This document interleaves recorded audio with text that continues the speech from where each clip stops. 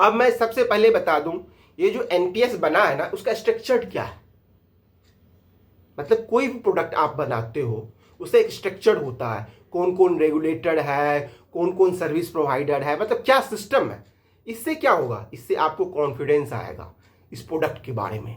सबसे पहले मैं आपको बोलूंगा पीएफआरडीए। पीएफआरडीए क्या है? Pension fund regulatory development authority. आपने बहुत सारे रेगुलेटर सुना होगा। सेबी है स्टॉक मार्केट के लिए, आरबीआई है बैंकों के लिए, वैसे ही पेंशन फंड के लिए पीएफआरडीए बनाए गए हैं। और ये जो पीएफआरडीए हैं, ये आपको पेंशन फंड को रेगुलेट करती है। जैसे आईआरडीए सुना होगा आपने, इंश्योरेंस रेगुलेटरी डेवलपमेंट अथॉरिटी। ये क्या है? ये सारे इंश्योरेंस को कंट्रोल करती है। वैसे पीएफआरडीए सारी पेंशन फंड को रेगुलेट करती है जो एनपीएस के तहत कवर्ड होते हैं।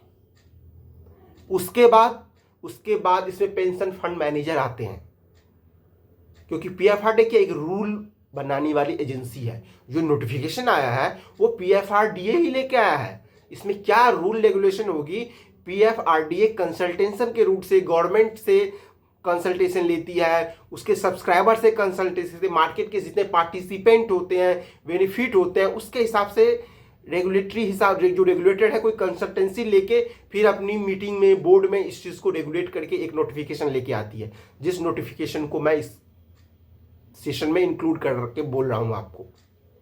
और इसके साथ साथ एनपीएस की सारी बारीकियां भी समझाने की कोशिश कर रहा हूं। तो पीएफआरडीए तो फर्स्ट हो गया, ये रेगुलेटर हो गया। उसके बाद आता है पेंशन फंड मैनेजर। ये क्या होते हैं? देखिए, जब भी कोई प्रोडक्ट लॉन्च किया जाता है, एनपीएस क्या एक तरह का प्रोडक्ट ही है। जैसे आपने म्यूचुअल फंड सुना होगा, म्यूचुअल फंड क्या एक प्रोडक्ट है, डिफरेंट काइंड के म्यूचुअल फंड होते हैं। वैसे भी एनपीएस एक प्रोडक्ट है जिसका नाम नेशनल पेंशन सिस्टम है। लेकिन रेगुलेटर इसको कैसे रेगुलेट करे, इसके लिए बहुत सारे फंड मैनेजर को अपॉइंट करते हैं जो उसके कॉर्पस को मैनेज करते हैं। वो एक रूल रेगुलेशन है, कॉर्पस कैसे मैनेज करना है। पीएफआरडीए ने इसका ऑलरेडी रूल फ्रेम कर चुका है।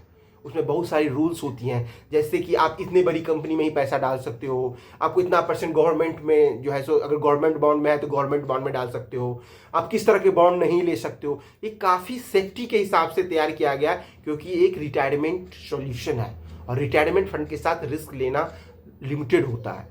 इसलिए इस तरह से काफ़ी कंजर्वेटिव ढंग से तैयार किया गया कि मैक्सिमम जो इसके यूजर है उसका बेनिफिट कैसे लें। ये होता है पेंशन फंड मैनेजर। जैसे कि एग्जाम्पल देता हूँ, SBI pension fund manager, UTI pension fund manager, HDFC fund manager. आज on today approx 11 fund manager हैं आज के टाइम में। जब आप पेंशन फंड लेने जाते हो ना, जब आप अकाउंट खोलते हो तो उसके अंदर आपको सेलेक्ट करना पड़ता है कि मुझे कौन सा फंड मैनेजर ले। आप वहां पे सेलेक्ट करो। इसमें जब आप खोलोगे तो सारे ऑप्शन आएंगे आपके पास कि ICICI pension fund manager, Kotak pension fund manager, ये सारे फंड मैनेजर हैं। तीसरा आता है सीआरए।